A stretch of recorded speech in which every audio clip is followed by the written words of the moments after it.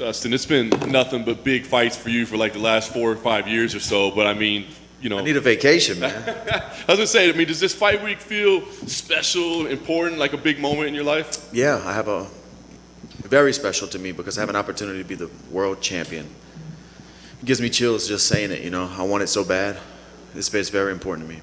So it was so interesting. I thought when you took the trilogy fight with Conor, right? Did you have to weigh in the fact that if for some reason I come up short, that world title fight's going away? Yeah, I knew that going into that fight. In the back of my head, that was, I'm gambling on myself. Every fight is a roll of the dice, and, no matter how prepared you are.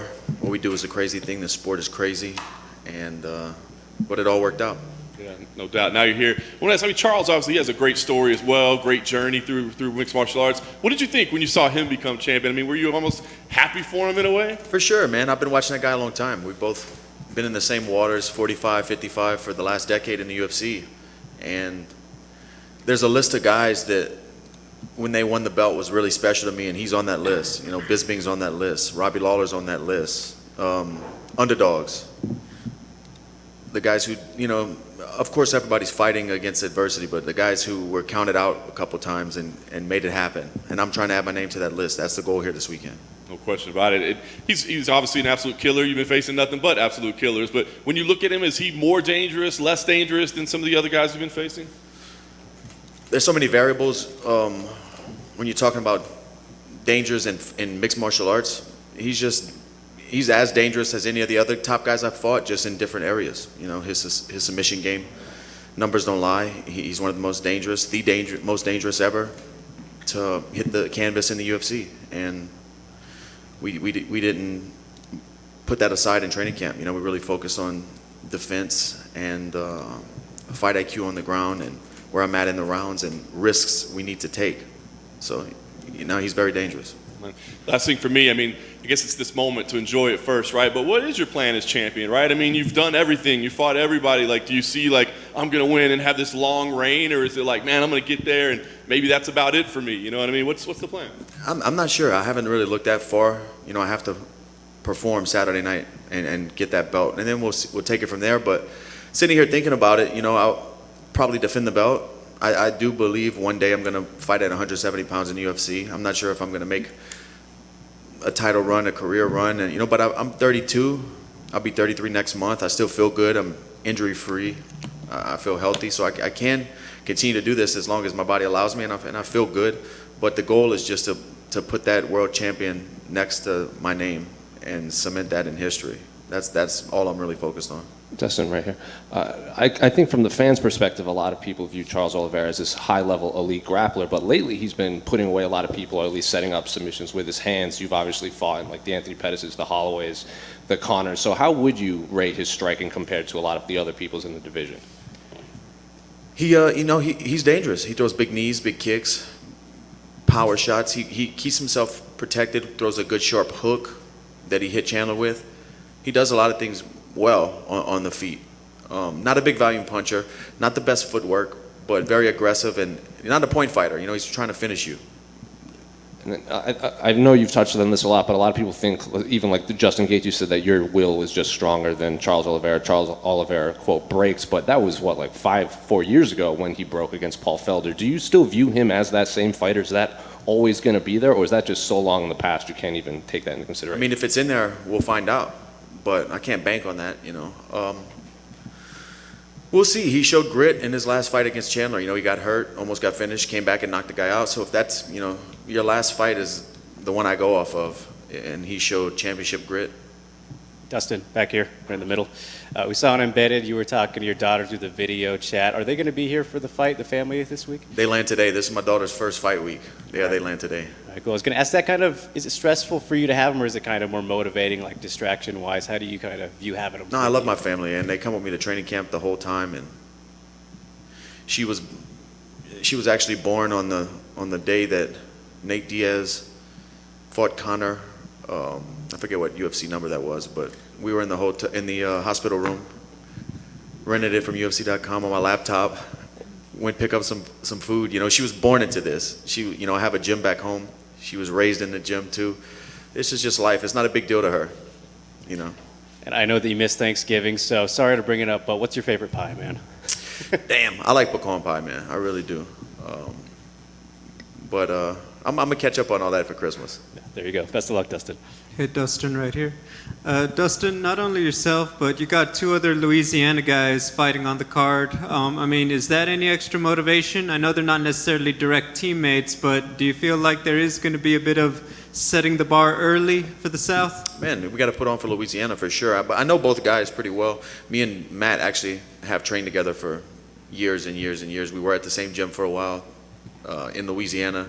He came out to American Top Team. We were training together there. So, and I've been knowing him for a long time. I've cornered him before he made it to the UFC. So it's good to see those faces and be around those guys on fight week. You know, we're a long way from the rodeo arenas we fought in Louisiana. And to talk to you a little bit about other stuff going on in the lightweight division, just your thoughts on the other big fight coming up, Makhachev versus Beneil Dariush. It's a fun matchup. You know, Dariush is on a streak. Makhachev is dangerous. We'll get to see how good his ground game really is when they hit the mat. You know, obviously his wrestling's really good, but Dariush is dangerous in all positions. It's a fun fight. You know, the lightweight division I've said it over and over again, been very top heavy for the last few years. And it seems like it's not going anywhere. Is Justin Gaethje a different guy than when you fought him, in your opinion? I'm not sure. It's tough to say. You know, I know a lot of people thought he made a huge jump when he fought Tony, and I do think he is improving. I just think Tony made him look really good as well. It was a good matchup. But no, he's tough, man. He's tough. Final one, you've got the original, you've got the knockout edition. If you win the belt, is there going to be a championship edition hot sauce? Man, we're launching this week a 3-pack with gold labels for championship week. It's not a different sauce. It's the same original sauce with gold labels. We're going to do a limited run of 2,100 because this is going to be my 21st win in the UFC. And $10 from every pack is going to the Good Fight Foundation. We're trying to raise money for Second Harvest Food Bank to provide 300,000 meals in Louisiana to underserved communities that need it. So, yeah, we're trying to tie everything in together. Thank you and good luck. Yeah. Oh, mic's off. Your last two fights had a lot of kind of emotional buildup with Conor. How's this one different in terms of like your headspace for this particular fight? It's smooth sailing. You know, not a lot of back and forth. He seems respectful, but at the end of the day, it's a fight. You know, this is warfare when we get in there. So, the more mature me, I don't really pay a whole lot of mind. Even in the Conor fights and the build-up, I didn't really get too caught up in it. I don't really care about that stuff anymore. I know what matters. So, even if this was a crazy back and forth verbal exchange, it wouldn't. When the bell rings Saturday night, it's gonna be the same result. Just a follow up to that, your wife was also involved in some back and forth. At least it got to her when you were fighting Conor. How's she doing with this particular fight? Is there a lot of relief in the house this time around? There wasn't any tension in the house before. Just like I said, when my daughter was born into this, my wife drove me to my first fight. I didn't have a car. She drove me across state lines to Arkansas, and I fought in a rodeo arena back in 2007 maybe. So she knows this game as well as, you know, probably better than some people in the car. Dustin, hey, here in the back. As you mentioned, there's a lot going on in the lightweight division, and it seems like Justin Gaethje will be the next one to challenge after this. But there was a lot of talk about that. A lot of people felt Makhachev deserved it. In your opinion, who is the most deserving lightweight to challenge for the title after this fight? I don't know, man. That's Dana, Sean, and Mick's job. I don't play matchmaker. I just try to put these guys away. Like I said, it's top heavy. I'm not sure. You know, Gaethje had a title fight and then won one since then, right? Yeah. But he beat a guy Chandler was coming off a win, so I don't know, man. It's tough. It's been murky waters. It's hard to, you know, pick who's next. And you mentioned moving up to welterweight in the future. Obviously, Colby Covington has had a lot of negative things to say about you, and that's where he resides. Is that a fight that interests you in the future? We'll see. I'm not sure how soon I'm going to make that jump, you know, especially if I become the world champion Saturday. I have to, you know, defend the belt, and I have to be here for a while and establish myself as a world champion. But everybody's on the list if I move up, you know. Dustin, down here to your left. You touched on, obviously, the win being your 21st, if you get it, but I believe in January 1st will be the 10-year anniversary of you making your UFC debut at UFC 125. 11 year. Oh, 11. I can't even count, man, anyway. But anyway, how would you assess the journey? Because you've had ups and downs, and you picked yourself back up off the figurative canvas many times. So how would you assess the journey so far? Beautiful, man. A learning experience. It helped me become the fighter I am, but also the person I am. You know, I just hope I can pass on these lessons I've learned to my daughter, to other fighters in the future. You know, it's more than fighting. It's life lessons, and I'm just happy with the person I've become. And I know you're not one to overlook your opponents or what have you, but having had the interim belt wrapped around your waist, have you thought of what the feeling will be like when you have the undisputed one wrapped around your waist in front of a packed crowd? Man, when I do think about it, I just think about the next day. Not the moment, the next day when I can exhale. Because it's still going to be, you know, I'm going to win this fight, do media, go back to my hotel. It's still a rush of madness, you know. But when I get on that airplane with my wife and daughter the next day and I can exhale, nobody's asking questions, and I can hold the belt with my family, that's what I think about, that feeling. And I can't wait to see what it feels like. Thank you. Dustin, kind of right here.